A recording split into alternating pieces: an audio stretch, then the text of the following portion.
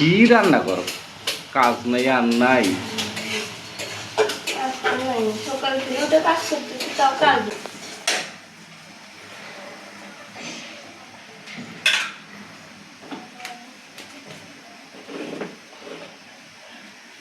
ঘটি বাটি নিয়ে বসে সকাল থেকে রান্না করতেছি না, সকাল থেকে উঠে থেকে তো কাজ করতেছি। যে কাজ করো কাজই তো করে বসে থাকি, শুয়ে আছি না।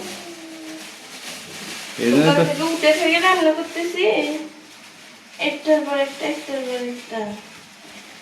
খাওয়া লাগে না, রান্না তো করবেই। তেমন করছো রান্না করার জন্য। আর তুমি কি করলে? সকাল সে রাতে ঘুমাইছো, আর এখন বাজেছে 12টা। আজকে আমার ছুটির দিন, এজন্যই তো ঘুম দিছি। ওই তো তোমার ছুটি আছে, আর আমার জীবনে তো কোনো ছুটি নাই। আমার সপ্তাহে 7 দিন, একদিনও ছুটি নেই। তোমার তো প্রতিদিনই ছুটি, রান্না রান্না রান্না করলে ছুটি তোমার। প্রতিদিনই ছুটি, এই জন্য তো সারাদিন রান্না করে থাকতে হয়। রান্না কি কোনো কাজ না নাকি? তো এটা কোনো কাজের মধ্যে, এটা না, সংসারের কাজ। রান্না করার কাজ না। এটা সংসারের রান্না কাজ। না করলে পেটে আর ভাত যাইব না।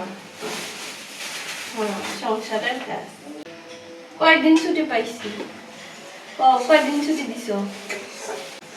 সপ্তাহে তো একদিন অন্তত ছুটি থাকা দরকার আছে।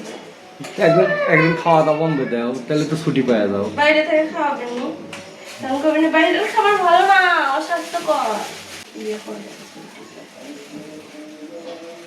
মেয়েদের জন্মই হচ্ছে রান্না বান্না করে। স্বামীর ঘরে এসে রান্নাঘরে সারাদিন বাপের বাড়ির থেকে তো রান্না বান্না করবি, স্বামীর ঘরে কি দিচ্ছে এগুলা? মশলা দিচ্ছে, রান্না শিখেছে। এই যে দিচ্ছে, এই যে ট্রেনিং দিচ্ছে, দেখো কি বানিয়ে দিচ্ছে আল্লাহ ভালো। কি দিছ? ফল দিছে হয়তো একটা। সাদা লাগছে, এগুলা দিছ? ছি ছি ছি, দিস না ওগুলা, অত দারুণ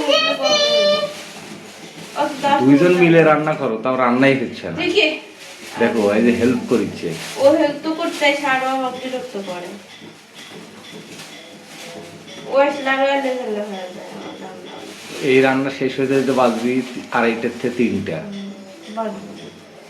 উঠছো কেবল 2:30 বাজে, 3টা বাজে, 4টা বাজে খাওয়া আসরের পরে।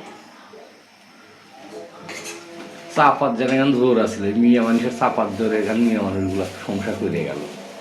চাপার জোর থাকে না, আজান দিয়ে দিছে। চাপার জোর না থাকলে সংসার করা যাবে।